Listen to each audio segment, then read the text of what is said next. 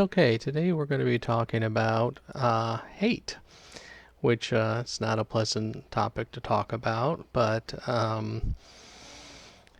journalism certainly has to deal with this issue, especially when it comes to dealing with certain social and political issues that journalists find themselves covering.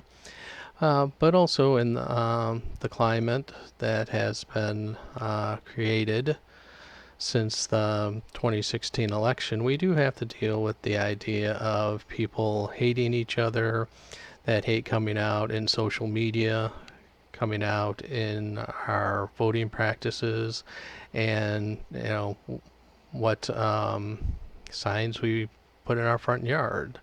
So let's discuss it a little bit as it concerns media and journalism. Well, let's talk about hate speech. There is something specifically called hate speech that can be prosecuted if used by a media practitioner. So, hate speech is speech that attacks a person or a group. The person or the group happens to be a member of a specific race, religion, ethnic origin, sexual orientation, disability, or gender. The speech does not necessarily have to be words. It can be gesture, conducts, writing, displays, signs, flags, etc. And probably the most important part of the definition of hate speech is that the speech incites violence or prejudicial action. What I mean by that is, you can call someone a fool, and they'll just walk away and you know blow it off as they're walking along. But if you happen to use certain words and those words lead to violence, then you have committed the act of hate speech.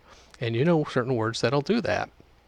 I don't mean just trigger words or buttons that you can press on your friends, but there are certain words in certain situations and certain environments that will lead directly to violence. It's not, oh, it may make the person mad or stomp their foot. No. Basically, when protected speech becomes unprotected is when that fist hits someone. So keep that in mind. The International Covenant on Civil and Political Rights says that any advocacy of national, racial, or religious hatred that constitute incitement to discriminate, hostility, or violence. So once again, you see that idea that it's not just words, it's words that you are compelled to act upon.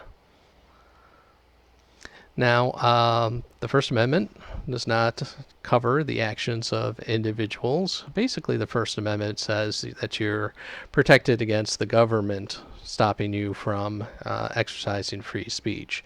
Now, if someone wants to exercise their right to, I don't know, violence, um, well, I'll take that back. Let's say someone is exercising their right to free speech and they think they have the right to shut you up. Yeah, that's going to cause a crime to happen, but it's not protected by the First Amendment necessarily. They have the right to free speech. You have the right to free speech. You can yell at each other all you want. It's when that violence happens. When violence happens, the First Amendment does not protect you. So these are called fighting words. We can make a list of them.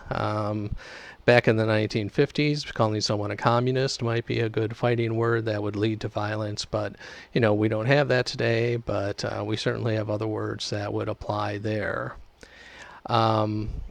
Other things that would fall under the idea of hate speech would be true threats that they're going to commit an illegal act. Like, not just that I'm going to beat you up, okay, fine. But if that person says, I'm going to kill you, all right, there's no protection anymore. Can you libel a whole group of people? Well, that's really hard. It depends on how big the group is, and if the group happens to be of a very specific protected group, so to speak. So, statements that expose racial or religious groups to contempt or hatred, yeah, definitely. But let's say you say, all professors are, morons. Okay, fine.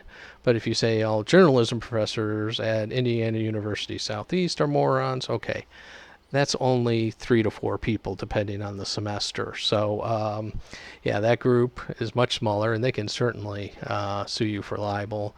And calling them a moron, certainly aren't fighting words, but you can think of certain words you can use to create that hostile environment. So, and yeah, certain harassment laws, you keep saying sexist jokes or a certain amount of off-color jokes, you're going to get in trouble. And the First Amendment is not going to protect you. Some problem areas that have occurred, especially lately, is online hate speech. And actually, was supposed to be the topic of my second dissertation, but there are groups out there that put up websites that exist for one purpose and one purpose only, and that's to generate hate. They're not trying to recruit new members to the group. They're not trying to raise money. They're not trying to raise political awareness or get someone in office. What they're just trying to do is spread hate. And there are a lot of them. The Southern Poverty League keeps track of these websites, and when I was doing research on these sites, yeah, I fell into a depression to know that there are people out there that have these points of view that are just filled with, hate. And you have to take a break from it every so often. But yeah, what I did learn is what I just told you, that they're not trying to recruit people, they're not trying to make money, they're just spouting hate. They don't want to hear your point of view, they don't want to discuss it, they don't want to have a debate.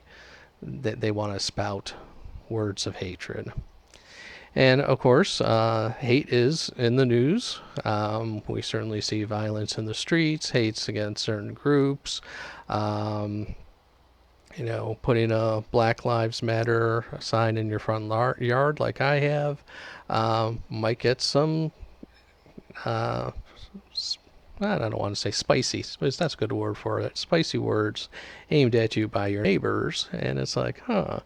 And it's become a topic that journalists have to cover because of the idea of these words becoming actions, becoming hate between groups in our society.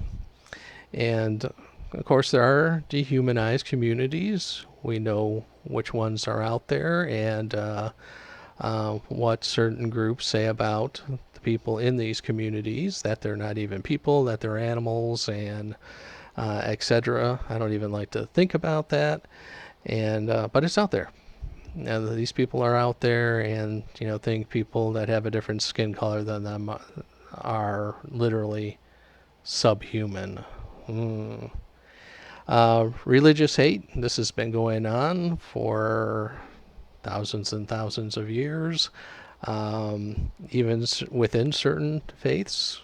It's not a matter of, well, you believe what you believe and I'll believe what I believe. Just the fact that you believe different from me is enough for me to cause you harm or kill you. Always a good way to express love and friendship in your religion, by killing those who don't believe the way that you believe. So definitely out there. And of course, politicians spouting hate. I'm recording this in 2020, so you know that our president in 2020 does like to spout a certain amount of hate. He walks that line very delicately to it's not overt, but the fact that he can't denounce certain groups and says that there are good people on both sides of hate issues shows that this is not good. So that's all I have to say about journalism and hate. It's a very difficult topic. It's hard to be fair, balanced, and objective.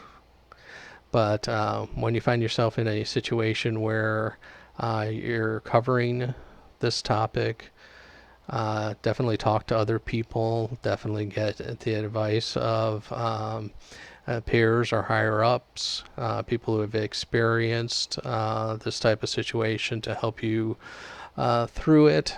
And always remember that you can't control what other people think, say, or do. You can only control your actions. So, with that in mind, enjoy this week's homework assignment. I think you will.